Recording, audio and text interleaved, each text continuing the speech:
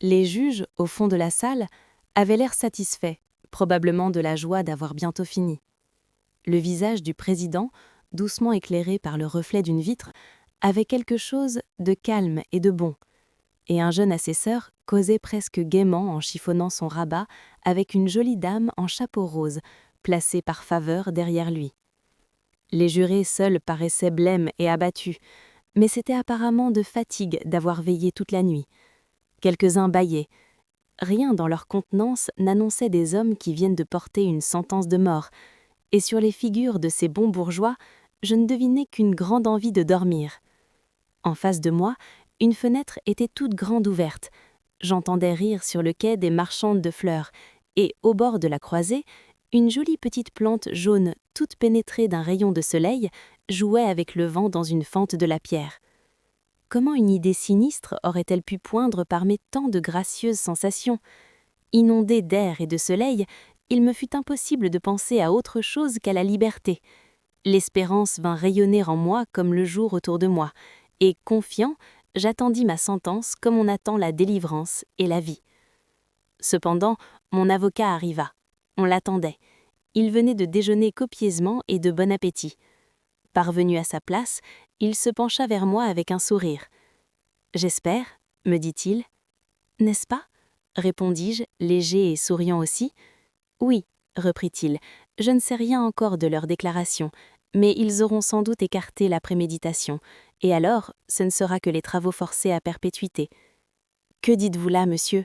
répliquai-je indigné. « Plutôt 100 fois la mort. »« Oui, la mort. » Et d'ailleurs, me répétait je ne sais quelle voix intérieure, qu'est-ce que je risque à dire cela ?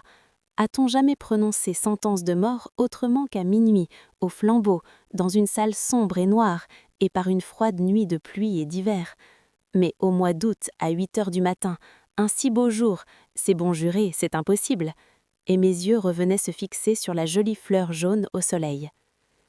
Tout à coup, le président, qui n'attendait que l'avocat, m'invita à me lever. La troupe porta les armes.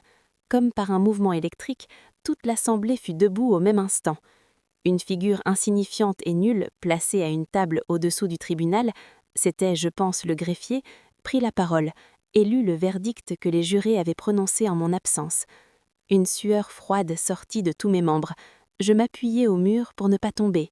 « Avocat, avez-vous quelque chose à dire sur l'application de la peine ?» demanda le président. J'aurais eu, moi, tout à dire, mais rien ne me vint. Ma langue resta collée à mon palais. Le défenseur se leva.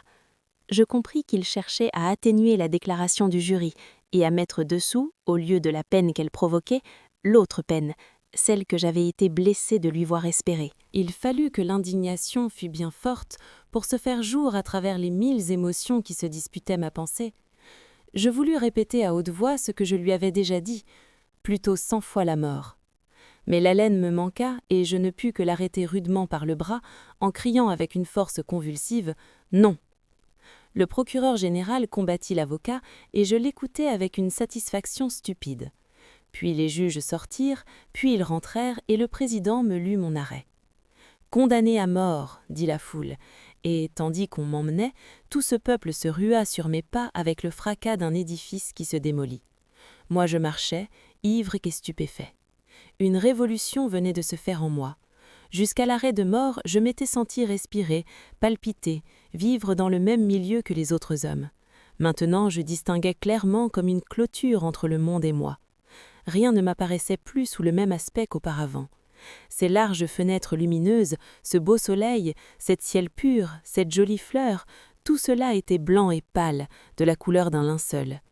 Ces hommes, ces femmes, ces enfants qui se pressaient sur mon passage, je leur trouvais des airs de fantômes. Au bas de l'escalier, une noire et sale voiture grillée m'attendait. Au moment d'y monter, je regardais au hasard dans la place. « Un condamné à mort !» criaient les passants en courant vers la voiture. À travers le nuage qui me semblait s'être interposé entre les choses et moi, je distinguais 2 jeunes filles qui me suivaient avec des yeux avides. « Bon, » dit la plus jeune en battant des mains, « ce sera dans 6 semaines. » Condamné à mort. Eh bien, pourquoi non ? Les hommes, je me rappelle l'avoir lu dans je ne sais quel livre où il n'y avait que cela de bon, les hommes sont tous condamnés à mort avec des sursis indéfinis. Qu'y a-t-il donc de si changé à ma situation ? Depuis l'heure où mon arrêt m'a été prononcé, combien sont morts qui s'arrangeaient pour une longue vie? Combien m'ont devancé qui, jeunes, libres et sains, comptaient bien aller voir tel jour tomber na tête en place de grève?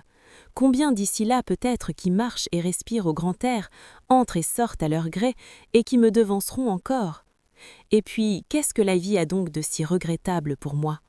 En vérité, le jour sombre et le pain noir du cachot, la portion de bouillon maigre puisée au baquet des galériens, être rudoyé, moi qui suis raffiné par l'éducation, être brutalisé des guichetiers et des gardes-chiourmes, ne pas voir un être humain qui me croit digne d'une parole et à qui je le rende, sans cesse tressaillir de ce que j'ai fait et de ce qu'on me fera, voilà à peu près les seuls biens que puisse m'enlever le bourreau. Ah, n'importe, c'est horrible. La voiture noire me transporta ici, dans ce hideux bicêtre. Vu de loin, cet édifice a quelque majesté. Il se déroule à l'horizon, au front d'une colline, et à distance garde quelque chose de son ancienne splendeur, un air de château de roi. Mais à mesure que vous approchez, le palais devient masure. Les pignons dégradés blessent l'œil. Je ne sais quoi de honteux et d'appauvri salit ces royales façades. On dirait que les murs ont une lèpre. Plus de vitres, plus de glace aux fenêtres, mais de massifs barreaux de fer entrecroisés auxquels se colle çà et là quelque hâve figure d'un galérien ou d'un fou. C'est la vie vue de près. À peine arrivé, des mains de fer s'emparèrent de moi. On multiplia les précautions. Point de couteau, point de fourchette pour mes repas. La camisole de force, une espèce de sac de toile à voilure, emprisonna mes bras. On répondait de ma vie. Je m'étais pourvue en cassation. On pouvait avoir pour 6 ou 7 semaines cette affaire onéreuse, et il importait de me conserver sain et sauf à la place de grève. Les premiers jours, on me traita avec une douceur qui m'était horrible. Les égards d'un guichetier sentent l'échafaud. Par bonheur, au bout de peu de jours, l'habitude reprit le dessus. Ils me confondirent avec les autres prisonniers dans une commune brutalité et n'eurent plus de ces distinctions inaccoutumées de politesse qui me remettaient sans cesse le bourreau sous les yeux.